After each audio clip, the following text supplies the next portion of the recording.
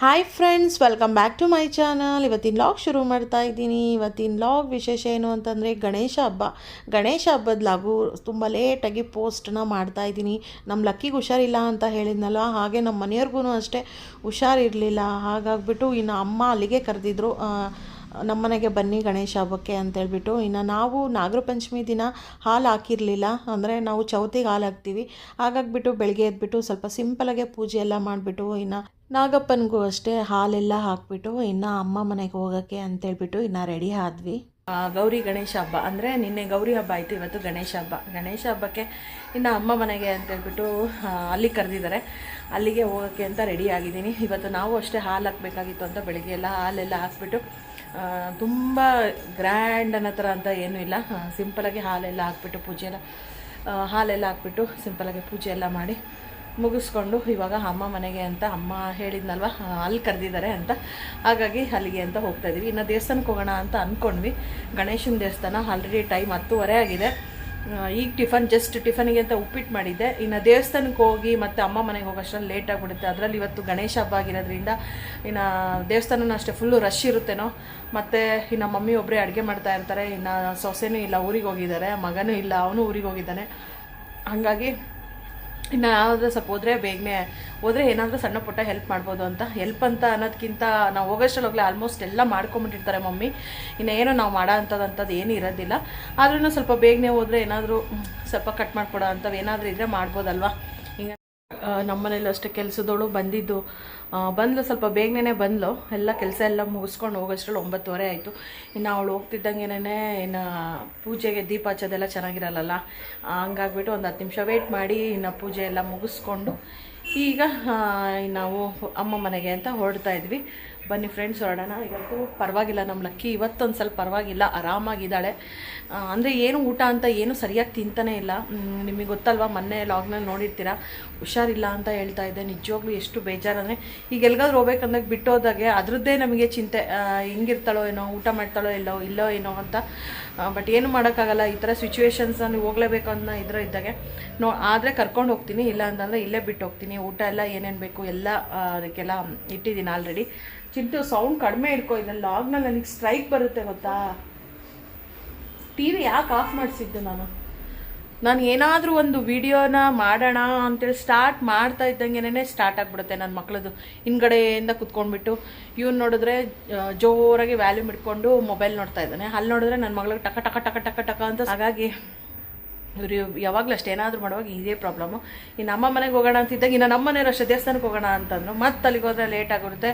ಇಲ್ಲ, ನೀವು ಹೋಗಿ ಬನ್ನಿರಿ, ಆರಾಮಾಗಿ ನಾವು ನೋಡೋಣಂತೆ. ಸಾಯಂಕಾಲ ಹೆಂಗಿದ್ರು ಗಣೇಶನ ನೋಡೋಕೆ ಹೋಗ್ಬೇಕಲ್ವ. ವರ್ಷ ಅಷ್ಟೇ ಗಣೇಶನ 21 ಗಣೇಶನ ನೋಡ್ತೀವಿ. ಹಾಗಾಗಿ ಗಣೇಶ ನೋಡೋಕೆ ಹೋದರೆ ಆಯಿತು ಅಂತ. ವರ್ಷ 21 ಗಣೇಶನ ನೋಡ್ತೀವಿ ಅಂದಲ್ಲ, ಇವತ್ತು ಸಾಯಂಕಾಲನೂ ಅಷ್ಟೇ ಹೋಗಬೇಕು ಗಣೇಶನ ನೋಡೋಕ್ಕೆ. ಎಷ್ಟು ಒಂದು ಲಾಸ್ಟ್ ಅಂತೂ 21 ಗಣೇಶ ನೋಡಿದ್ರೆ ಸಾಕು ಅಂದ್ಕೊಂಡು ಹೋಗ್ಬಿಟ್ಟು ಒಂದು 100 ಗಣೇಶ ನೋಡಿದ್ವೇನೋ ಗೊತ್ತಿಲ್ಲ. ಈ ಸಲ ಸಾಯಂಕಾಲ ಅಂತಂದರೆ ಒಂದು ರೌಂಡ್ ನೋಡಿದ್ರೆ ಸುತ್ತಮುತ್ತ, ಇಲ್ಲೇ ನಮ್ಮ ಮನೆ ಸುತ್ತಮುತ್ತನೇ ಒಂದು ರೌಂಡ್ ನೋಡಿದ್ರೆ ಆರಾಮಾಗಿ ಗಣೇಶಗಳನ್ನ ಎಷ್ಟೊಂದು ಗಣೇಶಗಳನ್ನ ಇಟ್ಟಿರ್ತಾರೆ, ನೋಡ್ಬೋದು. ಆಮೇಲೆ ಇನ್ನು ಸಾಯಂಕಾಲ ಒಂದು ರೌಂಡ್ ಹೋದರೆ ಆಯಿತು ಅಂತೇಳಿ ಇನ್ನೆಲ್ಲ ರೆಡಿ ಆಗಿ ಇನ್ನೇನು ಇವಾಗ ಓಡೋಣಂತೆ. ಒಂದು ಸ್ವಲ್ಪ ಕೂದಲು ಒಣಗಬೇಕಾಗಿತ್ತು, ಕೂದಲು ಒಣಗ್ತಾ ಇಲ್ಲ. ಈ ಬಿಸಿಲಿದ್ದಿದ್ರೆ ಬೇಗನೆ ಒಣಗೋದು. ಬಿಸಿಲಿದ್ದಾಗೂ ಒಂದು ನೆರಳಿ, ಮಳೆಗಾಲ ಬಂದಾಗ ಒಂದು ಬಿಸಿಲಿದ್ದಾಗೆ ಸೆಕೆಗೆ ಇನ್ನು ಹಸಿ ಇರ್ತಾಯಿತ್ತು. ಈಗ ಮಳೆಗಾಲದಲ್ಲಿನೂ ಅಷ್ಟೇ ಇನ್ನು ಕೂದಲೇ ಒಣಗ್ತಾನೇ ಇಲ್ಲ. ಏನು ಮಾಡೋಕ್ಕಾಗೋದಿಲ್ಲ. ಸ್ವಲ್ಪ ಕೂದಲೆಲ್ಲ ಒಣಗಿಸ್ಕೊಂಡು ಇನ್ನು ಹೋಗೋಣಂತೆ. ತೀರಾ ಇನ್ನು ಲೇಟಾಗಿ ಹೋದರೆ ಚೆನ್ನಾಗಿರಲ್ಲ ಅಲ್ವಾ. ಹಾಗಾಗಿ ರೆಡಿ, ನನ್ನ ಮಗಳು ರೆಡಿ ಆಗಿದ್ದಾಳೆ. ಅವಳೆ ನಾನು ರೆಡಿ, ಆಲ್ಮೋಸ್ಟ್ ಎಲ್ಲ ರೆಡಿ. ಕೂದಲೊಂದು ಗಂಟೆ ಏನಾದರೂ ಹಾಕ್ಕೊಂಡ್ಬಿಟ್ಟು ಹೋಗ್ತಾ ಇರೋದಷ್ಟೇ. ಬನ್ನಿ ಫ್ರೆಂಡ್ಸ್, ಹೋಗೋಣ. ಬನ್ನಿ ಫ್ರೆಂಡ್ಸ್, ದೇವ್ರ ಮನೆಯದು ಬಾಗಿಲು ಹಾಕ್ಬಿಟ್ಟಿದ್ದೀವಿ. ನಮ್ಮ ಲಕ್ಕಿ ಇತ್ತೀಚೆಗೆ ಯಾಕೋ ದೇವ್ರ ಮನೆಗೆ ಹೋಗ್ಬಿಟ್ಟು ಅಲ್ಲಿ ಮಂಚದ ಕೆಳಗಡೆ, ಅಲ್ಲಿ ಒಂದು ಸಿಂಗಲ್ ಕಾಟ್ ಇದೆಯಲ್ಲ, ಅದ್ರ ಕೆಳಗಡೆನೇ ಹೋಗಿ ಮಲ್ಕೊಂತಾಳೆ. ಸ್ವಲ್ಪ ಇವಾಗ ಹುಷಾರಿಲ್ದಾಗಿಂದ ಅದೊಂದು ರೂಢಿ ಮಾಡ್ಕೊಂಬಿಟ್ಟಿದ್ದಾಳೆ. ಮತ್ತೆ ಸಡನ್ನಾಗಿ ಯಾಕೆ ದೇವ್ರ ಮನೆ ಬೇರೆ ಅಲ್ಲ, ಗೊತ್ತಾಗೋದಿಲ್ಲ. ಅದೇ ಆ ಥರ ಎಲ್ಲ ಏನೂ ಮಾಡೋದಿಲ್ಲ, ದೇವ್ರನ್ನ ಹೋಗಿ ಮುಟ್ಟೋದು ಅವೆಲ್ಲ ಮಾಡಲ್ಲ. ಬಟ್ ಆದರೆ ಹೆಂಗಾಗಲಿ ಸೇಫ್ಟಿ, ಹೊರಗಡೆ ಹೋಗ್ತಾ ಇದ್ದೀವಿ ಅಂತಂದಾಗೆ ಏನಾದರೂ ನಮ್ಮದು ಸೇಫ್ಟಿ ನಾವು ಮಾಡ್ಕೊಂಡು ಹೋಗ್ಬೇಕಲ್ವ. ಹಾಗಾಗಿಬಿಟ್ಟು ದೀಪ ಬೇರೆ ಹಚ್ಚಿದ್ದೀನಿ, ಇನ್ನು ಸ್ವಲ್ಪ ಹೊತ್ತಾಗೈತೆ ಅಷ್ಟೇ. ದೀಪನೂ ಉರಿತಾ ಇರುತ್ತೆ. ಮಿಸ್ ಆಗಿ ಏನು ಯಾಕೆ ಬೇಕು ಇಂಥ ಟೈಮ್ನಲ್ಲಿ ಚಾನ್ಸ್ ತೊಗೊಳೋದು ಅಂತೇಳಿ ಯಾವಾಗಲೂ ಅಷ್ಟೇ ದೇವ್ರ ಮನೆನ ಹಾಕ್ತಾಯಿದ್ದೀನಿ. ಅದಕ್ಕೆ ದೇವ್ರ ಮನೆಗೆ ಬಾಗಿಲನ್ನು ಹಾಕಿದ್ದೀನಿ. ಬನ್ನಿ ಫ್ರೆಂಡ್ಸ್, ಹೋಗೋಣ ಅಂತ ಅಮ್ಮ ಮನೆಗೆ.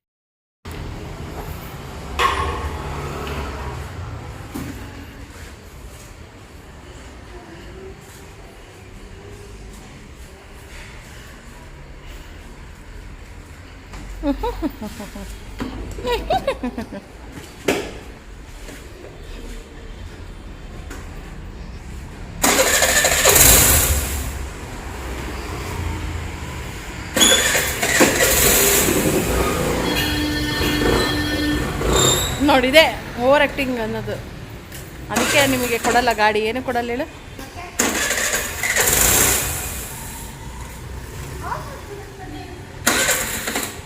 ಫಾಸ್ಟಾಗಿ ಎಕ್ಸೈಟರ್ ಕೊಟ್ಟರೆ ಹಂಗಾಗುತ್ತೆ.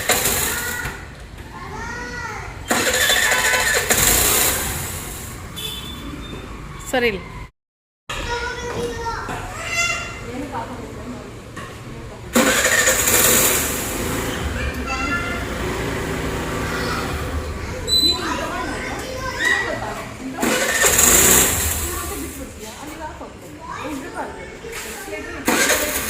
ನನ್ನ ಪಾಡಿಗೆ ನಾನು ಒದರ್ತಾ ಇದ್ದೀನಿ, ಅವನ ಪಾಡಿಗೆ ಅವನು ಆಟಾಡ್ತಾ ಇದ್ದಾನೆ. ಹಿಂಗೆ ನನ್ನ ಮಗ ಏನಾದರೂ ಒಂದು ಹೇಳ್ಕೊಡೋಕೆ ಹೋದರೆ ಅವನ ಲೋಕದಲ್ಲಿ ಇರ್ತಾನೆ. ಹಾಗಾಗಿ ಇನ್ನು ಬಂದ್ವಿ ಅಮ್ಮ ಮನೆಗೆ ಲಾಸ್ಟಿಗೂ. ಇನ್ನು ಹಬ್ಬ ಬೇರೆ ಆಗಿರೋದ್ರಿಂದ ಅಮ್ಮ ಮನೇಲಿ ನೋಡ್ಬೋದು ರಂಗೋಲಿ ಎಲ್ಲ ಎಷ್ಟು ಚೆನ್ನಾಗಿ ಹಾಕಿದ್ದಾರೆ. ಆಲ್ಮೋಸ್ಟ್ ಯಾವಾಗಲೂ ಡೈಲಿ ಹಾಕಿರ್ತಾರೆ. ಇನ್ನು ನಮ್ಮ ಡಿಂಪಿ ಇವಾಗ ಸ್ವಲ್ಪ ಎಲ್ಲ ಬಾಗಿಲಿಗೆಲ್ಲ ಬರೋಕ್ಕೆ ಸ್ಟಾರ್ಟ್ ಮಾಡಿಬಿಟ್ಟಿದ್ದಾಳೆ.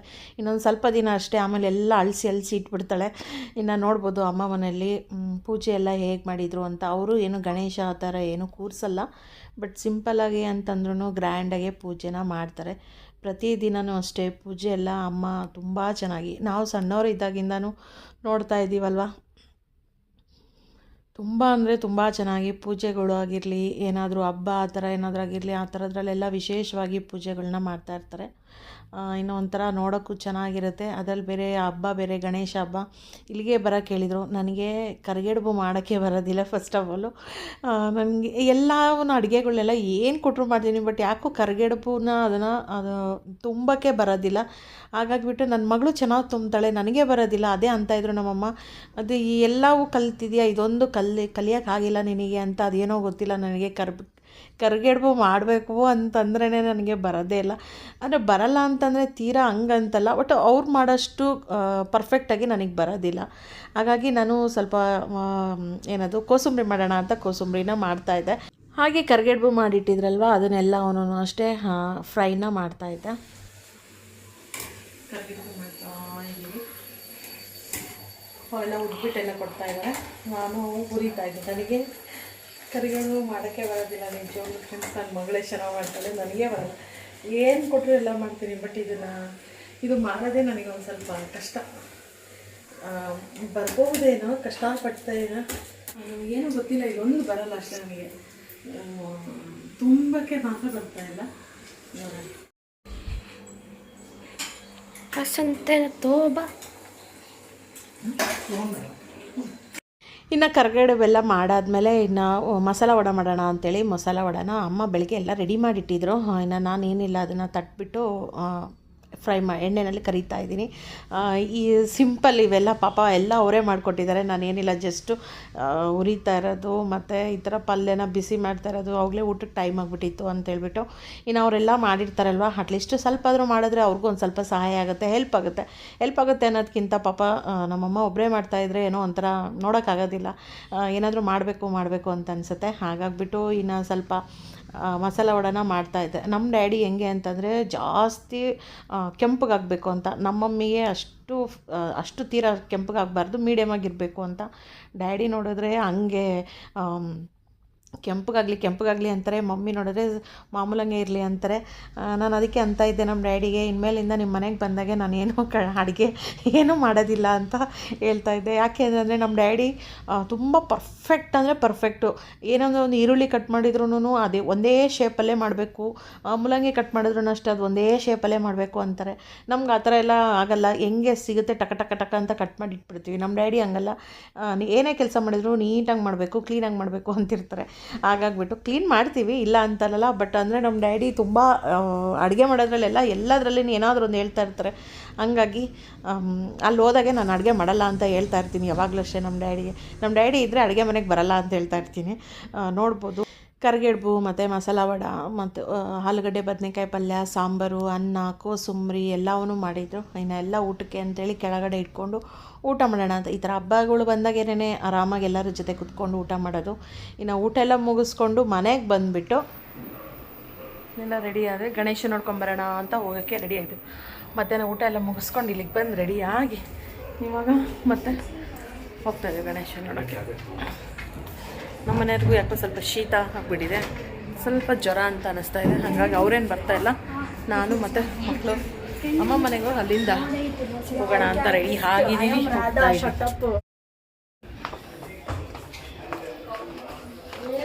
ಚೆನ್ನಾಗಿ serial ಹೊಡ್ಕೊಂಡಿದ್ದೀವಿ.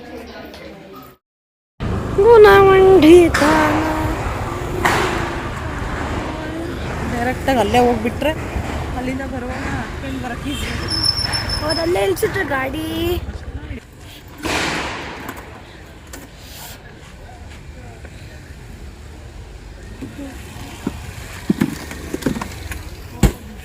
Show me your face.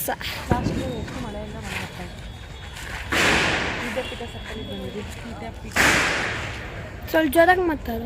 ವಿದ್ಯಾಪೀಠ ಸರ್ಕಲ್ಗೆ ಬಂದಿದ್ವಿ. ಲಾಸ್ಟ್ ಇಯರ್ ಗಣೇಶ ನೋಡಿದ್ರೆ ಗೊತ್ತಾಗುತ್ತೆ. ಲಾಸ್ಟ್ ಇಯರ್ ಗಣೇಶ ಹಬ್ಬದ ಲಾಗ್ ನೋಡಿದ್ರೆ ಗೊತ್ತಿರುತ್ತೆ. ವಿದ್ಯಾಪೀಠ ಸರ್ಕಲ್ಗೆ ಲಾಸ್ಟ್ ಇಯರು ಬಂದಿದ್ವಿ, ಈ ಇಯರು ಬಂದಿದ್ವಿ. ನಾನು ವಾಯ್ಸ್ ಓವರ್ ಕೊಡೋಕ್ಕೆ ಅಂತಂದರೆ ತುಂಬ ಪಟಾಕಿ ಅಂದರೆ ಪಟಾಕಿ ಹಚ್ತಾಯಿದ್ರು ಅಂತ ಸೌಂಡಿಗೆ ಆನಂದ ಪೂಜಿದ ನಾರಾಯಣ.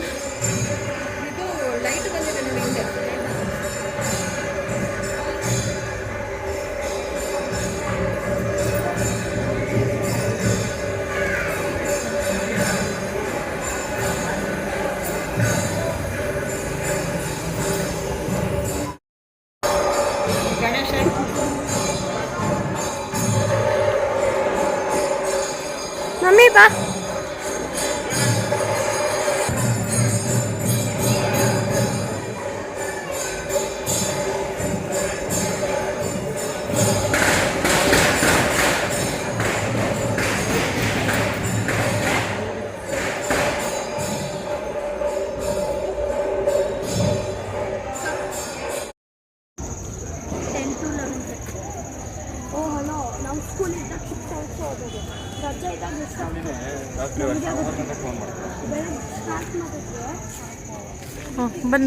ಇನ್ನು ಗಣೇಶ ನೋಡೋಣ ಅಂತೇಳಿ ನಾನು ಮಕ್ಕಳು ಮತ್ತು ನಮ್ಮ ಅಪ್ಪ ಅಮ್ಮ ತಂಗಿ ಅವ್ರ ಹಸ್ಬೆಂಡು ಅವರೆಲ್ಲರೂ ಜೊತೆಗೆ ಹೋದ್ವಿ. ಇನ್ನು ನಮ್ಮ ಮನೆಯವ್ರಿಗೆ ಹುಷಾರಿಲ್ಲ ಅಂತ ಬರಲಿಲ್ಲ.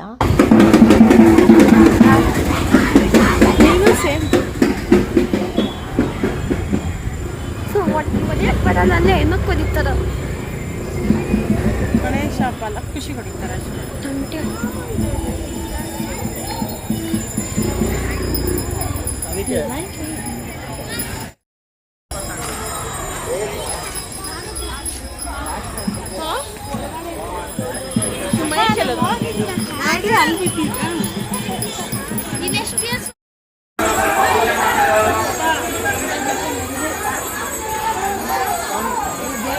ಎಷ್ಟೊಂದು ಸಿಗ್ತಿದ್ವಿ.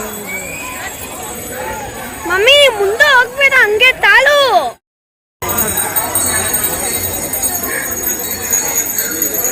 ಯೂಟ್ಯೂಬರ್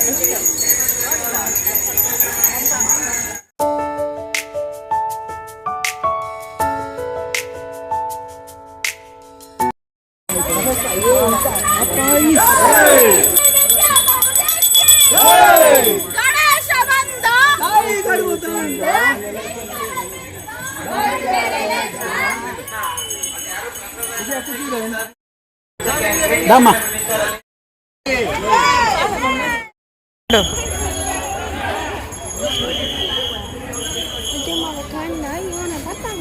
ನೋಡು ಏನೇನೋ ಮಾತಾಡ್ತೀಯಲ್ಲ ನೀನು. ನೋಡಿ ಹಿಂಗೆಲ್ಲ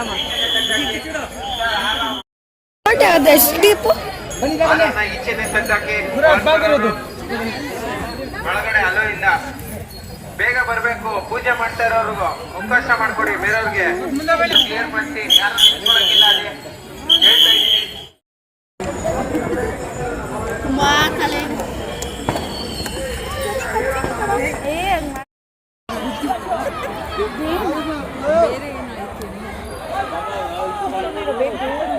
ಯಾರಾದ್ರೂ ಕೊಟ್ಟೆ ಕೊಡ್ತಾರೆ.